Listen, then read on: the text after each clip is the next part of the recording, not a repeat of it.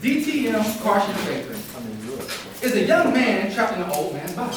That doesn't mean you really is young. But that would sure make him feel good. With yet another speech about AI, please welcome DTM Carson Shaffer with his speech entitled, Let You Eat Dopamine. Please welcome him.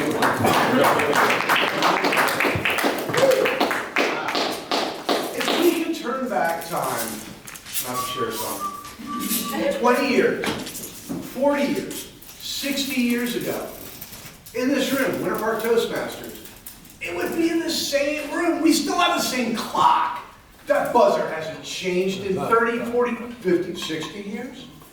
Right? This is the same room. When you got up this morning, the kitchen you were in looked just like the kitchen that you had when you grew up. Actually, it looks kind of like your grandparents' kitchen for that matter. What we see really hasn't changed very much.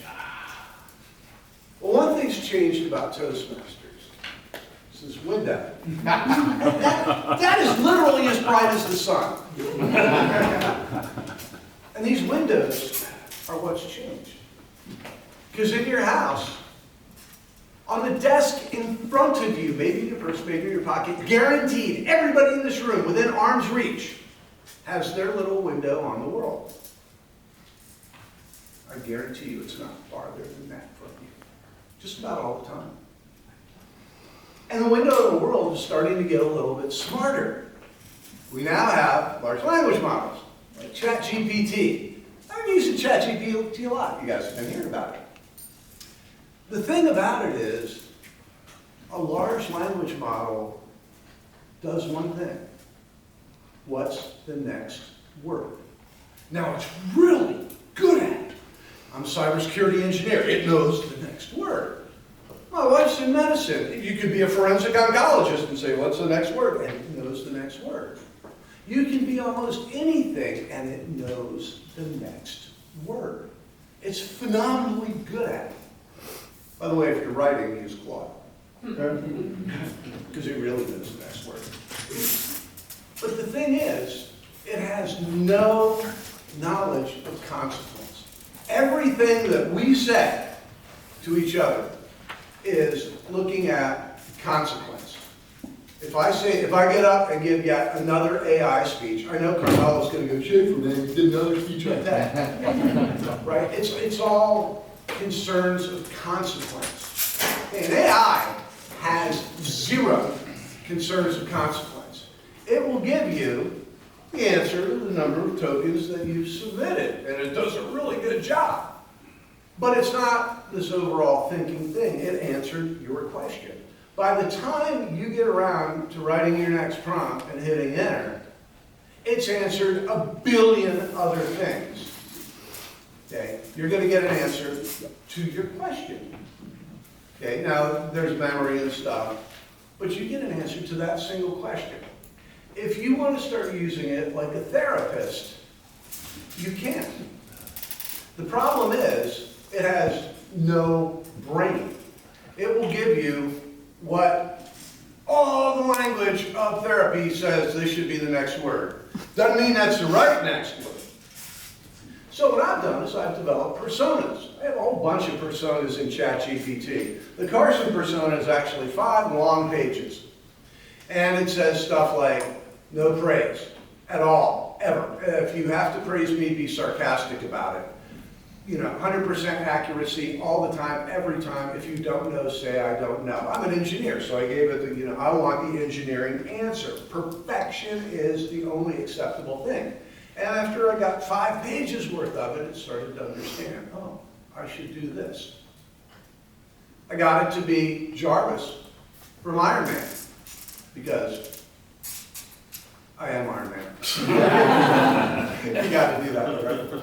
But I asked it, I'm working on a really complex thing that has an error log that matches a scenario generator that matches 4 or 5 different emotional narratives.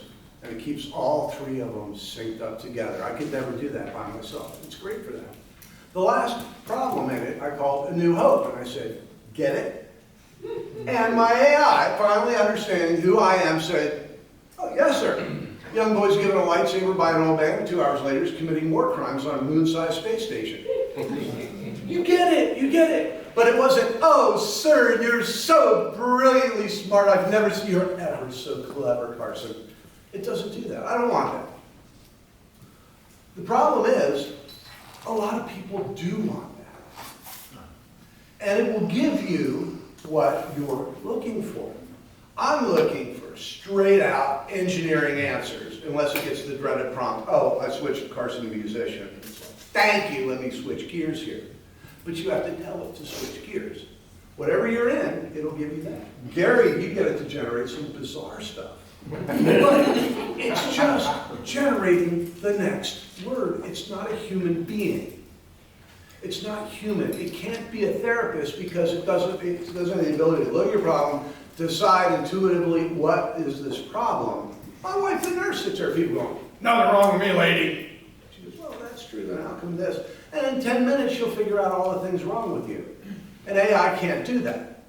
And AI will give you the correct next word. It's up to you to see if that next word is correct. There was an article in the New York Times about this guy who just believed everything he said. Well, he got the expected result.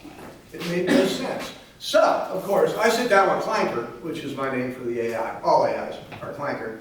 And I said, Clanker, do you think that you could ever become a good therapist and actually help people? And it said, oh, I could do that right now. And I said, then why are we having all these problems? And it said, because humans seem to value dopamine more than pushback and blunt honesty. Oh. Okay, you got me there. But you know who does no more than the next word? This room. This is the best AI skill you can have. I know lots of really good prompting engineers. I have a bunch of developer friends that are all prompting engineers now. But this room is where you learn the best AI skill because nobody else can talk to each other. We're the only ones who can. This is, so sadly, the most perishable skill of all in AI. So show up here every Friday and let's talk. Mr. Toastmaster.